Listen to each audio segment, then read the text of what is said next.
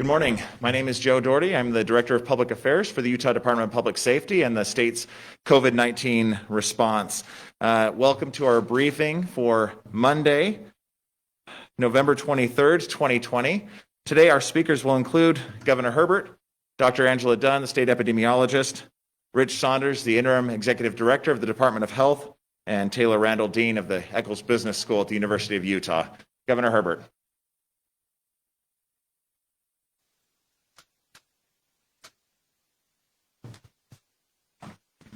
Well, thank you, Joe, and welcome once again. A little unusual. We have a short week because it's Thanksgiving, and so we wanted to give information today on a Monday, which is a little bit unusual. But thanks for those who are participating. We appreciate, again, the media helping us get the information out. We still are in challenging times.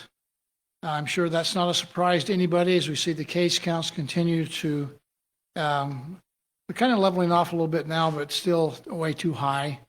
We'll have new numbers today, which will show us a little bit of hope as we go forward. But in spite of the challenge we face as Utahns and as Americans and literally around the world, as we have this Thanksgiving week, I hope we have opportunities to reflect upon all the things we should be thankful for, which there are many. It really is wanting to foster an attitude of gratitude for all of us because we have a lot to be thankful for this Thanksgiving time. And we hope that people will have the opportunity to celebrate Thanksgiving. But we want you to not only have a happy Thanksgiving, but a safe Thanksgiving. So we'll remind you all about the protocols, which you've heard many, many times before, but are no less important today than they were, a few months ago.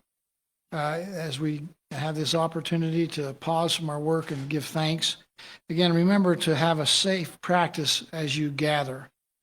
You increase the risk when you bring people into your home that are from outside of the four walls of your house. That's just the harsh reality of what the data shows us. So bringing people in from outside your walls is going to increase the risk of you having somebody that will share with you the COVID-19 virus. When you gather, if you are gathering together, you should wear a mask. Along with social distancing, the combination of both those things will help, again, minimize risk. And as you gather, the smaller numbers that you gather with, the safer you will be. Again, smaller is better as far as minimizing risk. I had a doctor call me and say, you need to emphasize more, Gary, about washing of your hands. That's a part of the protocol. We talk about hygiene, appropriate hygiene, but we need to wash our hands regularly. With hot water and soap. If you don't have hand sanitizer, that could be used as an augmentation of hand washing. But again, that's how we transmit the disease, the virus, around with our hands. And so wash your hands 20 seconds. We've talked about singing happy birthday to yourself twice, and that gives you the time to wash your hands. We also would encourage you, again, this Thanksgiving season, not to have potluck dinners. Not to have people bring, one from outside your household, but then to bring food. The food should be prepared by one person and dished out by one person too, and that person should be wearing masks when they prepare the food. So again, keep it short. The gathering together not only should be small in number, but it should be in short duration. I know this is contrary to Thanksgiving and football and all we have on television that day, but again, just if we want to minimize the risk, those are the protocols that you should follow. We hope we're going to be seeing the effects of this pause we've put in place. And I think there's indications that we, in fact, are starting to flatten out a bit. We have another week to go, really, to kind of test what we've done in modifying our system through our last health order. But we are asking people to stay the course one more week and see what we can do there.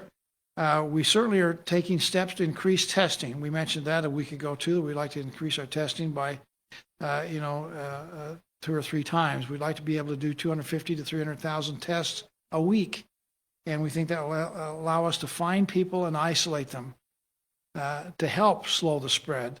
Find out really who's got it and what we need to do, in fact, to isolate them and slow the spread. We have a particular emphasis on our younger people, our college-age students. And the casual gatherings they tend to be involved with, and so that's going to be a major emphasis increased testing for those who are asymptomatic. Again, this is an evolution of learning. We started out not believing that people that were asymptomatic could spread the virus. We now know that they can and do. And so we're trying to get everybody tested, including those who have no symptoms, to find and isolate them. And we all know that I think for the first time in a long while, we see a little daylight at the end of the tunnel. The fact that we have now vaccines which are made available, or going to be made available in the next couple of weeks, that have 95% effectiveness when it comes to vaccinating us against COVID-19. That should give us hope as we see some daylight at the end of the tunnel as we're moving forward. So the next 2 or 3 weeks, I think we'll see our first opportunities here in the state of Utah to inoculate people, and we'll look forward to that opportunity. That will be kind of a crescendo, so as we get into the spring of next year, 2021, around, I think, probably around March, April, we'll see the vaccine being made available to all in the general population.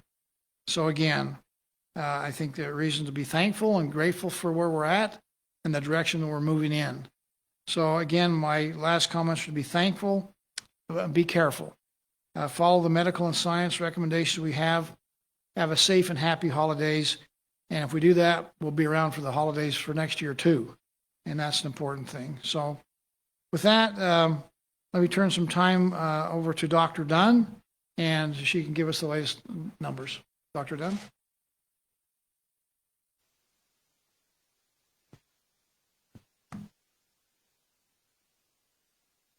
Good morning. Our 7-day rolling average of new cases is now at 3,349. This measure continues to increase throughout our state. Our rolling day percent positivity is 23.6%. And this measure is actually starting to see some stabilization as a result of the increased testing we're doing across the state. We continue to encourage all who need a test to get one. But I also want to note that everyone who wants a test can now get one by going to testutah.com. Even if you don't have any symptoms or you haven't been a close contact, you can now go to testutah.com and schedule a test. And now I'm going to turn the time over to Rich Saunders, who has information about new public health orders.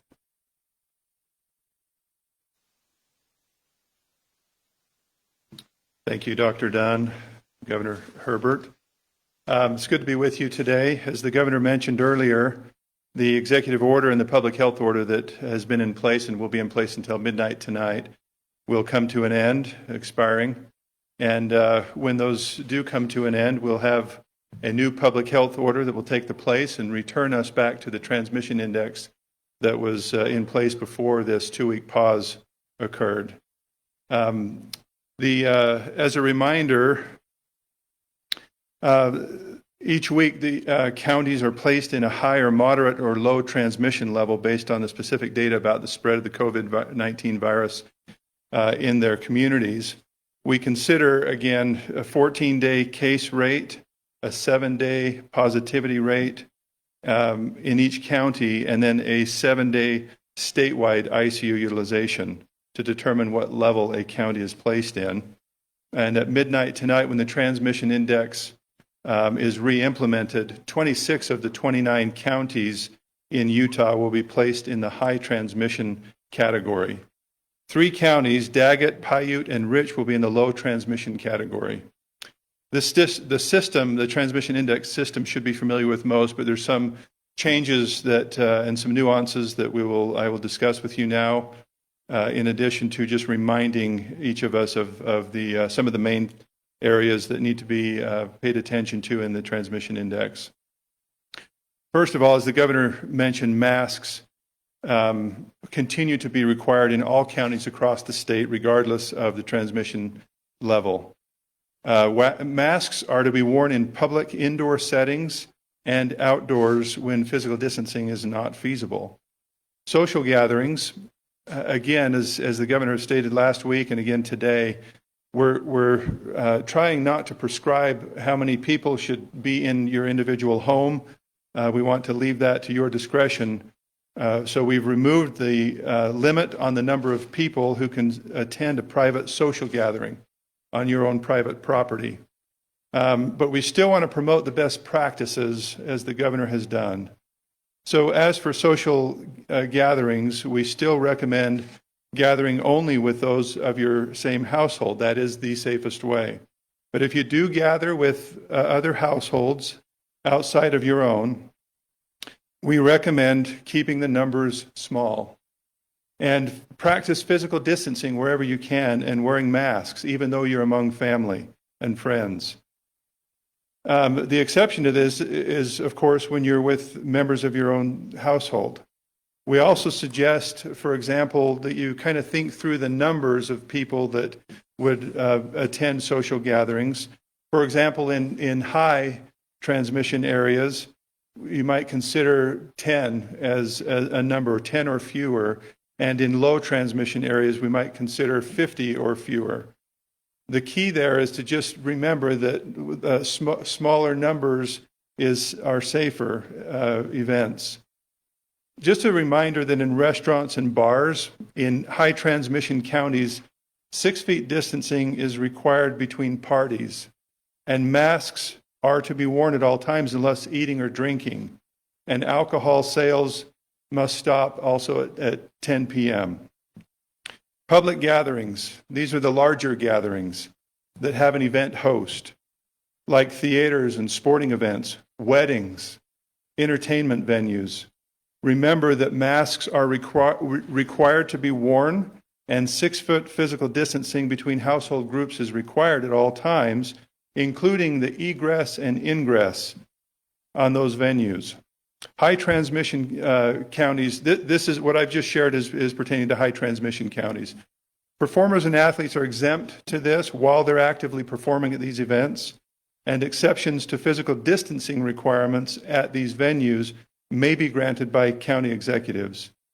And across all transmission levels, the following measures are being implemented. So a lot of you have been asking about extracurricular activities that were put on hold for the last 2 weeks. The state continues to believe that learning in person is the best option for Utah students, and we want to do everything we can to try to preserve this. Now, focusing on extracurricular activities, beginning next Monday, a week from today, all participants in high school extracurricular activities, including the coaches, trainers, and staff, will be required to be tested every other week. And anyone who receives a positive test result will not be allowed to participate in the high school extracurricular activity until they've completed their isolation period. With club sports, and this continues to be a significant concern to us, although we love club sports and we love for them to take place, what we're asking, and we are placing under public health order, is that participants in club sports, recreation leagues, dance studios, gymnastics gyms, volleyball gyms, and all of these types of venues and activities, we are requiring that symptoms be checked and exposure is checked, or in other words, asking each participant whether or not they've been in an exposure situation within the past 2 weeks. So this symptom and exposure checking is to take place before each in-person activity, including practices. Businesses will now be allowed to have a little different quarantine protocol. And finally, similar to the K-12 protocols that we've implemented in the recent weeks, we're offering businesses an opportunity to have quarantined employees return to the workplace earlier than previously required. If an employee was exposed in the workplace, for example, that employee can be tested on day 7 or later of the quarantine, and a negative test will clear that employee to return to work. We're grateful for the team, including Dr. Joe Miner, Angela Dunn, and other epidemiologists that have worked through this to be able to put this in place. This is at the discretion of the business owner, however. So as you can see, we continue to adapt our response and trying to implement changes as we see the changes in data and other information. They're sensible. These restrictions or guidelines that are placed in the public health order are designed to balance the individual liberties and our collective well-being. They're aimed to protect lives and livelihoods. So I hope during this time that we can think about one another and what we can do as individuals in the name of a much higher good and a common good to all. Thank you for your time and your participation in the public health order and all that you're doing. And we wish you a happy Thanksgiving this week. Thank you.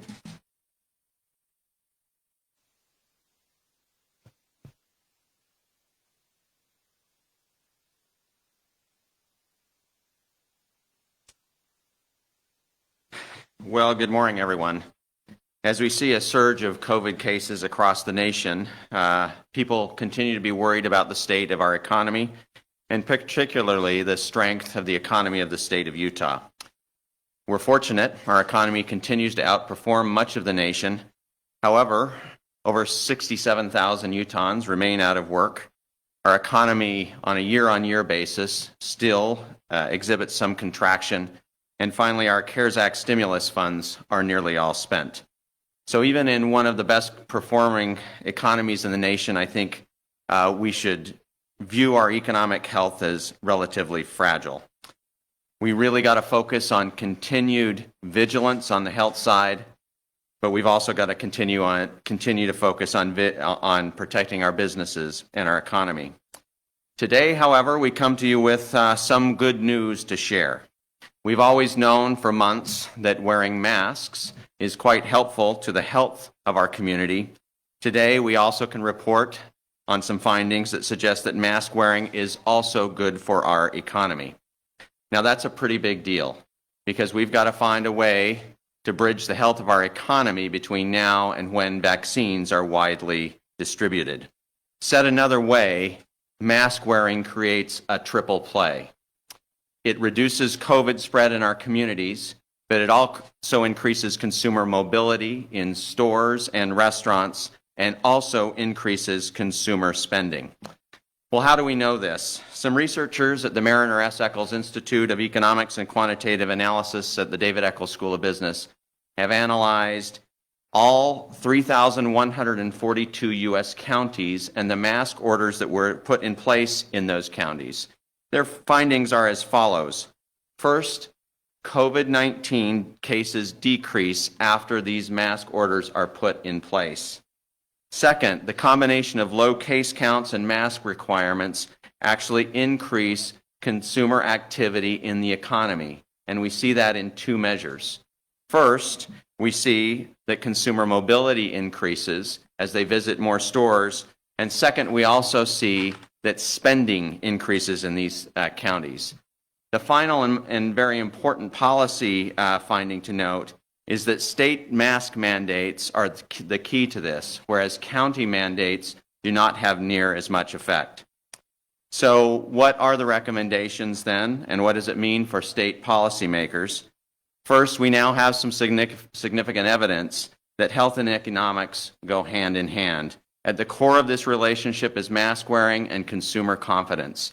There appears to be an increased ability for consumers to engage in our economy if they feel safe and they are wearing masks. Second, the statewide mask mandates play a real key role in this, right? We see that in the cases of statewide mandates, we get the triple play. We see reducing COVID cases, increased mobility, and also increased consumer spending. That is not the case if a county goes it alone. So I guess in conclusion, I'd echo our governor's sentiment and when he provided this following call to action. Mask up, Utah, both to protect our health and our businesses and our jobs.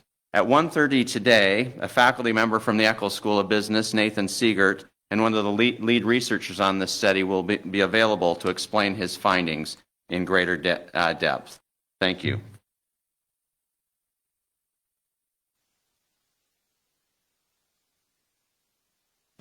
Well, thank you, Dean Randall. That is exciting news. We find that not only does it help minimize the risk of catching and spreading the virus by wearing a mask, we also find that it's very helpful for our economy because people feel safe about moving around and about, and that's how the economy continues to prosper. So that's good information. Again, later today, a more in-depth discussion about the study that's been done by the University of Utah. Dr. Dunn and Director Saunders, we appreciate your comments too. With that, we'll just turn it open for some questions for a few minutes here.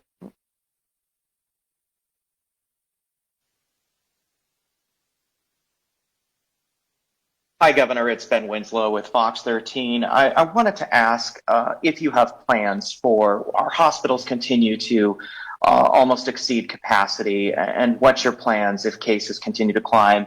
Do you have plans if Thanksgiving turns into a super spreader event because people still gather? Well, there's always contingency plans whether there's Thanksgiving or not, Ben.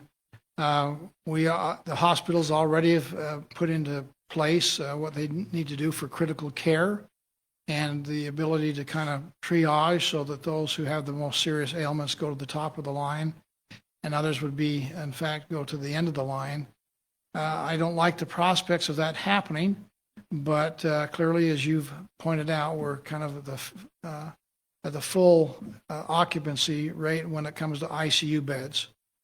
We have other beds which are not ICU beds, which are available, and that people will get care. They just won't have as good of care. And so that behooves all of us then to take this seriously and to do our part. I think people have been responding to what we've put down as good practices. I think there are more people wearing masks than ever before.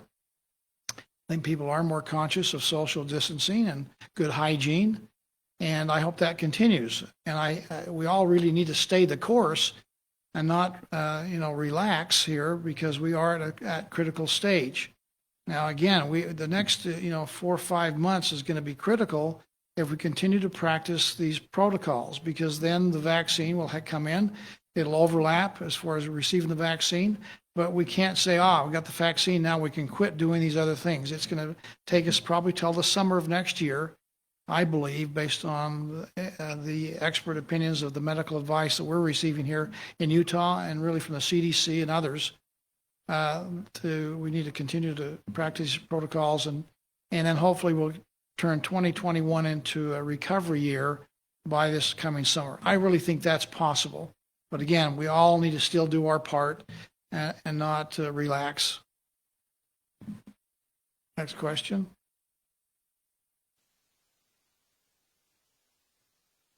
Good morning, Governor. Christina Flores with KUTV. After you imposed the emergency order, when did you expect the things might turn around? We had 4,000 cases at the end of last week. That doesn't seem like a turnaround or like we're doing any better. Yeah, I would hope that we could have some kind of stabilization. It looks like our positivity rate maybe has dipped just a little bit, but we're certainly not out of the woods now. We put the emergency order in place. It will continue most all of it, except for the requirement to have only inside of your home members of your household. We think that's a little bit of a step of intrusion into people's privacy. We're a little concerned about that. Doesn't mean the risk is any less. In fact, if anything, it may be more because of the propensity for us to gather together as families and friends during Thanksgiving holiday. So a word to the wise, again, you understand, I don't think there's anybody really in the state that does not understand what we should be doing. We just hope that they do it. And we have laws in place on mask wearing statewide now. We have laws in place on what businesses should be doing when it comes to requiring masks in their establishment, having signage in place to make sure that that occurs. We're having solicitation of people involved in business to join the Stay Safe to Stay Open protocols and organization sponsored by our Chambers of Commerce. A lot of things being done out there. PSAs, we see a lot of announcements on television and radio and the media to help us to remember what we should be doing if we want to slow the spread and bend the curve. But unless we do it, it won't happen. It doesn't matter what the protocols are out there that we're asked to do. If we don't do them, it'll have no effect. So I'm hopeful. Again, this is the most dangerous time of the year because of being indoors, cold weather, and the holiday season where we tend to get together. We're just telling people, take a pause on that and try to keep your gatherings small and short in duration. Next question. Hi, can you hear me? Yes. Thank you. In the 2 weeks since the emergency health order was implemented, it looks like cases, hospitalizations, and deaths have risen pretty precipitously. And now the health order is being relaxed in some ways. So my question is, does that mean we've seen the most stringent restrictions that we're going to see in Utah, like no matter how high the cases and hospitalizations get? And if not, what exactly would trigger further restrictions? Is there any plan if we get up to 5,000 cases a day and 100% hospital capacity? Everybody's looking for the kind of the magic formula, the magic bullet to solve the problem. And unfortunately, I don't think there is one. It's really, how do we endure? How do we get through this challenging time with a minimal amount of damage to our health care, to our health of our people, including mortality? And how do we, in fact, keep the economy functioning? Because if it doesn't, it has its own sets of problems. And so as I look around, I was on a phone call here just this last week with governors from around the country, and nobody has the exact right answer. Everybody's trying different things and certainly are experimenting. What seems to work in one state is not working in other states, or what worked in the state at one time is now not working. Everybody's going through these surges right now, and again, it's probably a reflection of us gathering together and the colder weather, getting more indoors and less outdoors. But as I look at those who've tried it in different ways, I'll just use two extremes. New York tried to close everything down. Their economy is still suffering from that effort, and in New York, it's pretty barren compared to the bustle and hustle that they've had before. But their mortality rate is about 174 deaths per 100,000 people, one of the highest in the nation. But they close everything down and their economy is still suffering. You could go to South Dakota, and again, I'm not picking on these states because we all have got ups and downs in all the respective 50 states and 5 territories, as well as looking around the world. But in South Dakota, they took the other point of view, which is we're going to leave everything open. We're not going to close anything down. We're not going to make any restrictions on anybody, and just have a laissez-faire approach to this. Well, they now have the 3rd highest death rate, mortality rate in the world. Their infection and case rates are going through the roof. And so that didn't seem to be working very well either. Hawaii, which is an island, they've tried just excluding people from coming to visit them. If you fly into Hawaii, you'll be quarantined for 14 days. Well, that's pretty well shut down their economy too. There's about 0 there, but they have low case numbers. So we've tried to, from the very beginning, find that balance point where we have optimal benefit of protecting people's health and also having the economy continue to prosper.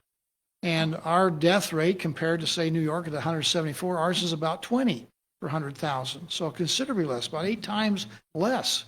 You compare it with other states. If we had the same rates as they have in South Dakota, which is the open system, we'd, instead of having 760 deaths, we'd end up having probably about 2,500 deaths today if we follow that same infection and mortality rate that they have in South Dakota.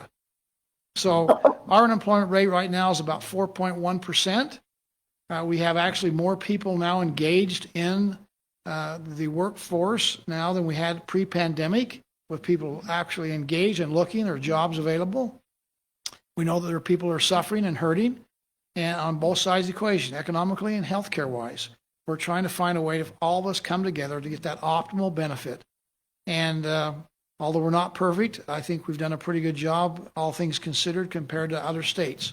So again, help is on the way with a vaccine. Let's continue to follow the protocols of social distancing, which is the best thing you can do. Be away from people who potentially have the virus. Wear a mask. We see the benefits of minimizing risk. It doesn't mean it's risk-free. People sometimes get that mixed up. It just minimizes the risk of you catching or spreading the virus. So mask up, and then have social distancing, and then wash your hands. Have appropriate protocol. And by the way, common sense, if you're sick, don't go to work. Don't take the chance. And we're trying to emphasize now increased testing. So again, I think we're in a good place. Can other things happen down the road? Sure. We'd have to analyze it. We meet together with our brain trust, as it were, of about 200 people involved in healthcare and medicine and science and data analysis and the economy to find out with our unified command, what should we be doing policy-wise? Every day, that's a discussion. So I don't know what's going to happen. I hope that we all just do the things we know we should be doing, and we won't have to worry about it being any worse, and hopefully it'll start getting better. But is there a plan for, modeling out or just anticipating, projecting, if it does get worse, which it seems very, very likely it will, given the increasing case rates that we're seeing even today, is there no trigger for, say, shutting down restaurants? I'll have Rich come in and can talk about that, what we're getting from the Department of Health. We have a plan in place. We anticipate that's going to work. We believe people will, in fact, follow the recommendations we're giving. Can that be modified? Absolutely. I guess, what is that belief based on? Because it seems like these recommendations haven't been followed for the past, 7 months or whatever. Well, the fact of the matter, we're not as bad as some places in the country, and we are, in fact, better than most. That gives us at least some optimism. But again, we're in the middle of a pandemic. I understand it. We all get it. It's a virus that's invisible. It's, we don't know if we are carrying it.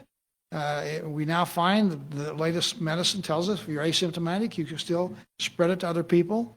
So it's a tough challenge. There's no question about it. And we're battling just like every other state.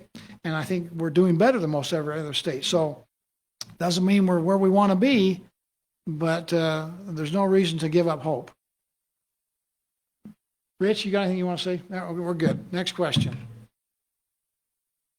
Hi, this question is for Dr. Dunn. This is Haley Hendricks with ABC4.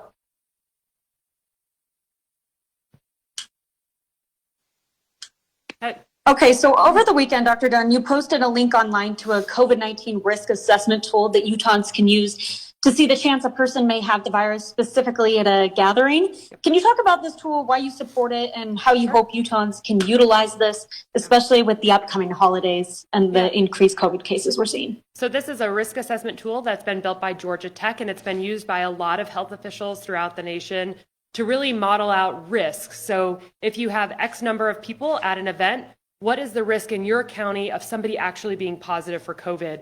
And they update these numbers daily and the risk daily based on how many cases we report. So it's a really good tool to understand, for example, if you live in Salt Lake County and you have 15 people coming over for Thanksgiving, there's over a 50% chance that one of those individuals will have COVID, which then, of course, it magnifies the ability for COVID to spread beyond that group of 15 and into the community.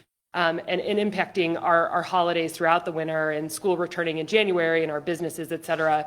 So I really encourage individuals, if you're thinking about going to an event or having an event at your home for the holidays, looking at that tool, using it for how many people are going to be at your event, what county you live in, and it'll really help you really understand, hopefully, that risk of somebody having COVID at that event. Thank you very much. Sure.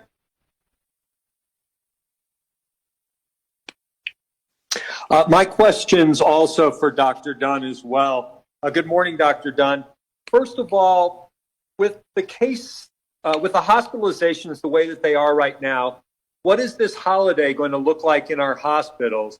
And also for you, what kind of adjustments have you made to your typical holiday plans for this Thanksgiving? Sure. So our hospitalizations that are going to happen over the next couple of weeks are a result of our cases that have happened in the past week. So we know that our hospitalizations are only going to increase throughout this holiday season. What we're trying to do is make sure that people understand this risk and change and alter their Thanksgiving holiday plans accordingly so that we don't continuously have this surge of our hospitals needing to alter the way they care for patients with both COVID and non-COVID. It is so essential that we take this opportunity in the last several months before a vaccine becomes available to not continuously increase the burden on our healthcare capacity. Personally, I am having Thanksgiving with the 3 other individuals that live in my household. We're ordering Thanksgiving from a local restaurant, and we're going to hang out together and use that time to have some quality time, both indoors and outdoors, we usually have a feast with local friends who also don't have family in the region, but we're going to just do it solo this year because of COVID.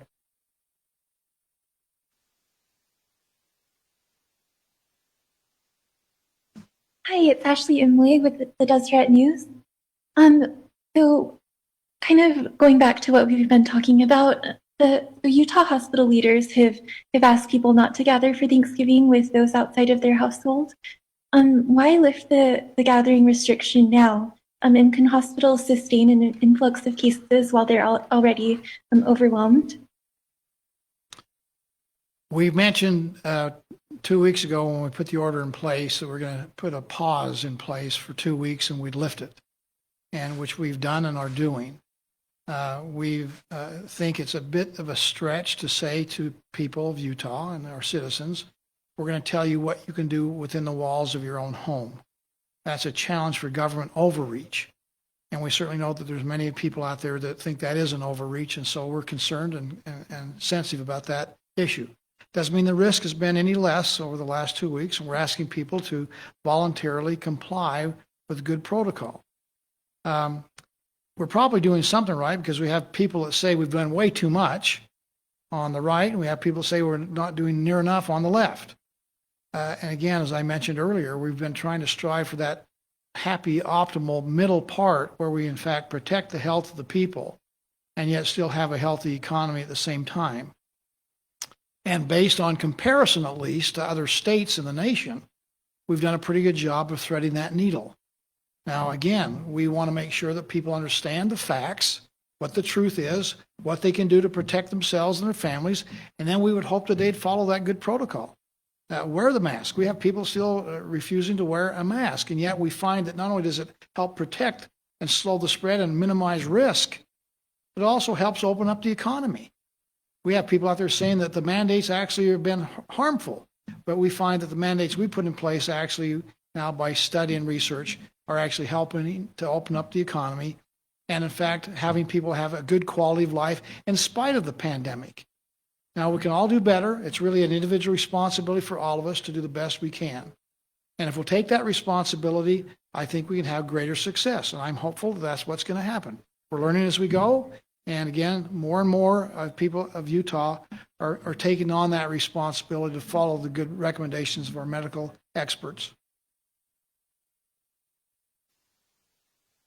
Thank you. This is Chris Reed with St. George News. I have one question for Director Saunders and one question for Dean Randall. For Director Saunders, the return of the transmission index. Before, we were talking about not recommendations, but requirements about gatherings. Now we're talking about recommendations. So I guess just to help me understand, what's really the difference between being high, moderate, and low at this point? I mean, does it have any teeth? And for Dean Randall, concerning the study, you mentioned about state rather than county mandates having more of an effect.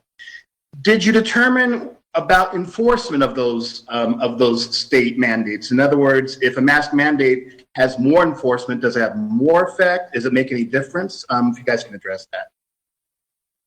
So in response to your first question regarding differences between high, moderate, and low as it pertains to social gathering recommendations versus required by a public health order, what we have done is basically said there is no real differentiation in the public health order, but there is strong recommendation in how we are counseling or guiding people in the state of Utah to consider their gatherings in each of those levels.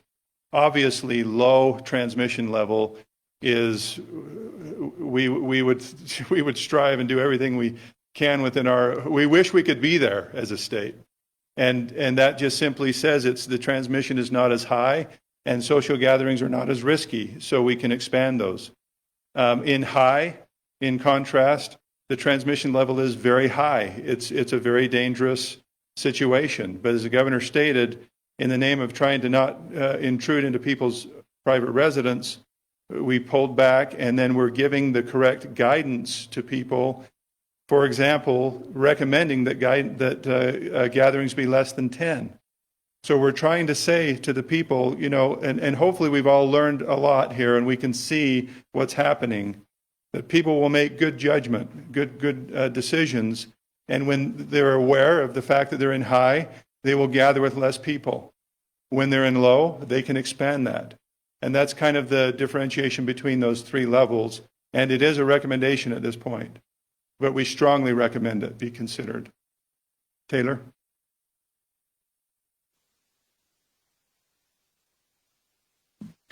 Just to repeat the question to make sure I've got it right, you wanted to know whether or not there was a distinguishing between enforcement in those counties that had mandates. Well, not even the counties, but the states. In other words, does it make any difference if, let's say, there's less enforcement from a state perspective, or if it's just basically the hope that people do the right thing? Yeah.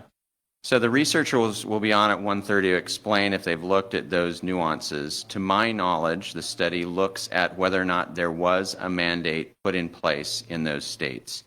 You would naturally guess that there is a variance in the compliance and the enforcement of that mandate, and there would be some hope that that would kind of on average tell you what the effects were. So I think the researcher will be able to speak to that more precisely this afternoon.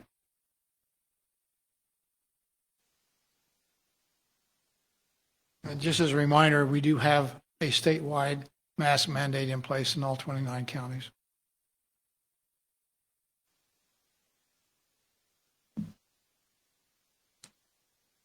Hey, so I have a brief question for Governor Herbert and then one for Dr. Dunn. I'm interested to know what the governor's Thanksgiving plans are. And then for Dr. Dunn, some counties across Utah have stopped contact tracing because they are so heavily burdened by cases. So for some health departments, it's all they can do to just notify a person of a positive test, and contacting their close contacts is just too much. But I've also heard from a local health official that a disease could be so prevalent that contact tracing doesn't really have an effect. So I'm wondering if we're past that point at a state level, and if not, whether we're planning to hire more contact tracers to make it through the winter. What was the question for me again? What are your Thanksgiving plans? Okay. Yeah. Well, like most people, our Thanksgiving plans are not going to be anything like they've been in the past. I have a large family, and we all live within about 10 or 15 minutes of each other. We've been getting together every Sunday in times past, pre-pandemic, for Sunday dinners. That being said, our modification this year, we have one family that actually has had COVID-19, so they won't be spreading it. We'll be spending some time with them. And the rest of the families are going to be doing their own things in their own homes. Again, trying to follow the protocol as best that we can at this difficult time. And again, it's a matter of, we want to make sure we don't spread the risks, that we don't infect other members of our family. And so we're going to follow the recommendations that we've given here today.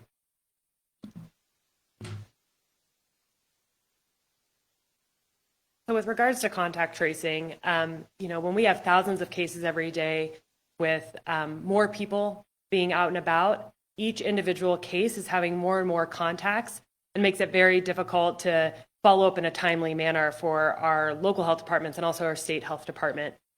We are continuously hiring new contact tracers and building up that capacity. There definitely comes a point where we have to have a measured approach with individual behaviors to limit the number of contacts in addition to contact tracing, so that contact tracing is more efficient when each case has less contacts. So that's why it's so important to limit the number of close contacts we have each as individuals, so that the risk of spread to anybody else is much lower, and it allows contact tracing to be much, much more efficient.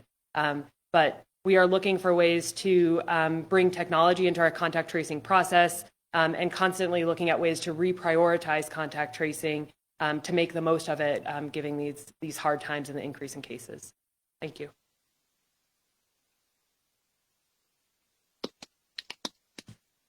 With that, we'll conclude our press conference. Let me just maybe mention a couple things in closing. As we have this Thanksgiving holiday time, it's easy for us to be glum. And again, there's reasons to be glum. It's a tough time for us all. But I do think back in terms of that first Thanksgiving when the Pilgrims came and the Mayflower landed at Plymouth Rock.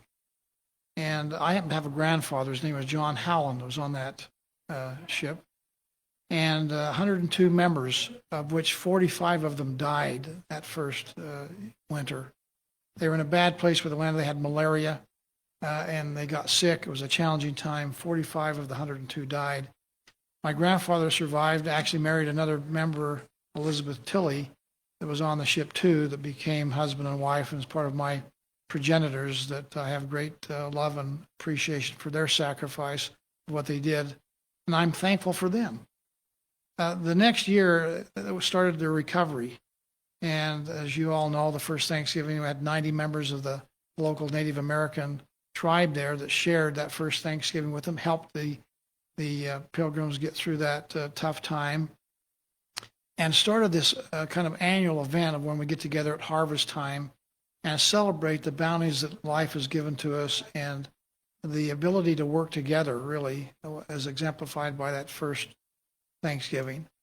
I see some similarities for us today as we are going through some troubled times. We've had really challenged with this epidemic, this pandemic that's gone around the world, and still wondering, what the solution is as we look for answers. I think we're finding some of them. We're, I think, learning as we go, but still we're in the depths of this challenging time, even though we see a little daylight at the end of the tunnel. I would hope that all of us take the opportunity to be thankful for the many blessings we do have for being members of this great country as Americans, and I think the greatest state in America here in Utah, where we have a lot of good people.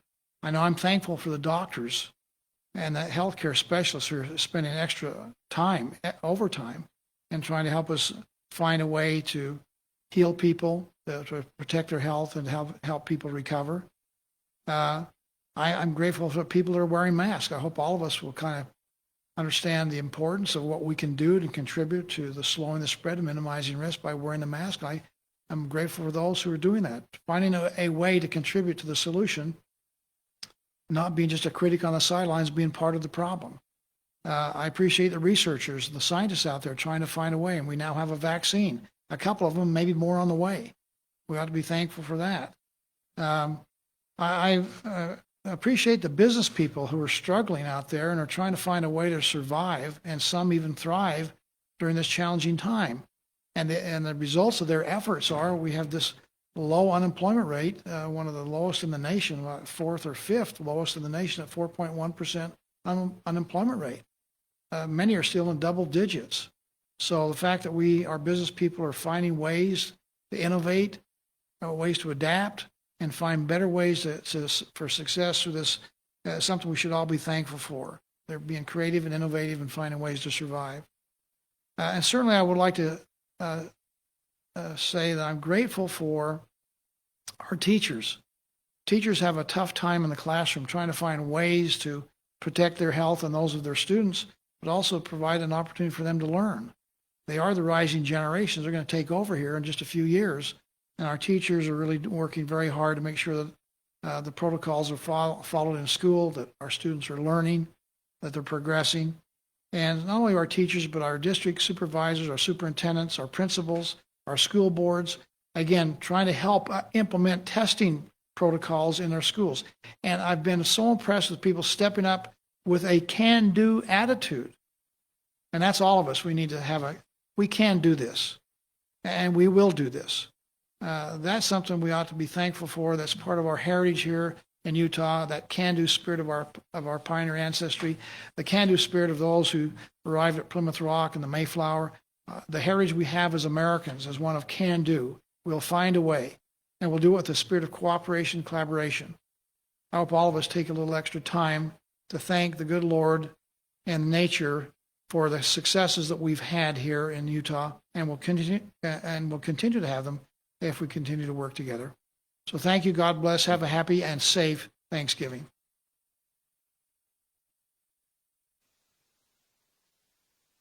All right, this will conclude our briefing. Thank you for all your attendance for our interpreters in Spanish and American Sign Language. As a reminder, we have posted the new page with the transmission indexes live at coronavirus.utah.gov. Thank you very much.